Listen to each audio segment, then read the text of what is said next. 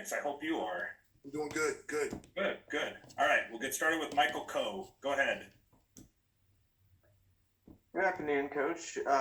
Notre Dame, looking at them, they're obviously had a tough start to the season, but they're playing a lot better now. Got a big win over Clemson over the weekend. How have you seen them improve over the course of the season, and what kind of challenges do they present to you guys tomorrow night? Well, I mean, they are a terrific defensive team, extremely well coached. From a defensive standpoint, they've got good individual defenders and they play great team defense. They do an excellent job of protecting the paint and just not allowing you to get there through post or penetration.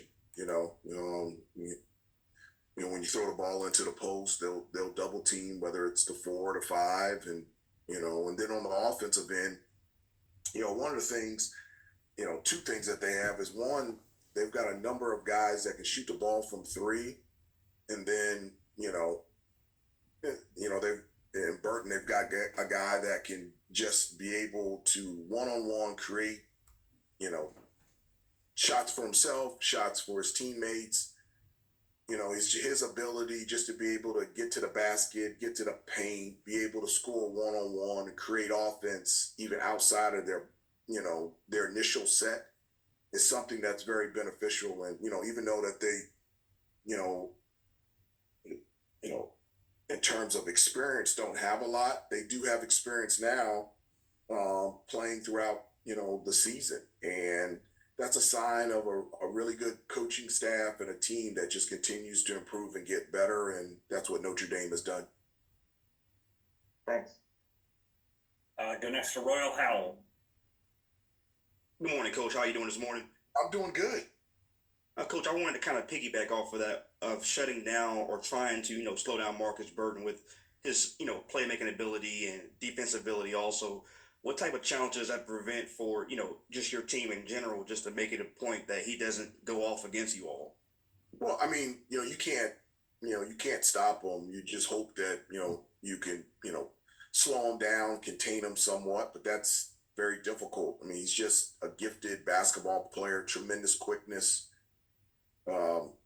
Whether it's coming off ball screens or DHOs, his ability just to be able to get to the paint and get to the basket, drawing defenders, whether he can score or draw defenders and kick out to 3 is just, he's been able to do it all season. And, his confidence just continues to grow. And I think for us, making his catches, making his moves, making his shots, making his baskets as difficult as possible. And then on the offensive end, us, making him work defensively, even though that he's a really good defensive player and does a nice job getting steals and deflections in the passing lanes. And so he's very active on the defensive end as well. Thank you, Coach. Jeremiah Holloway, go ahead.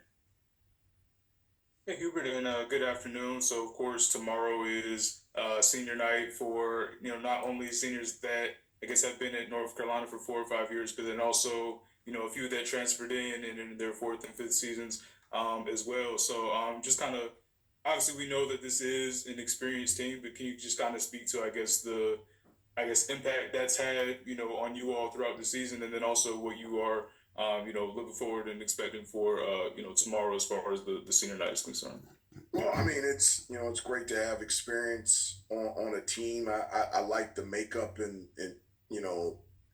of this team where, you've got freshmen like, Elliott and Zayden, but you've got really experienced players like Armando and RJ and Cormac and Pax and Harrison that even though, the transfers were at other places, they've been there before in terms of playing at this level. And so I love the makeup of this team and the diversity in terms of experience and talent. And I think that's played a huge part in allowing this team to be successful. And senior night is just a really emotional time. It's come very quick. I just remember when this whole group finally came together. I remember the times that we spent together all summer, and to think that, this is our last home game. It's gone extremely quick. And then also to just think about Armando, I've known him since ninth grade, and I know that I've been a coach without Armando here, but I don't remember it.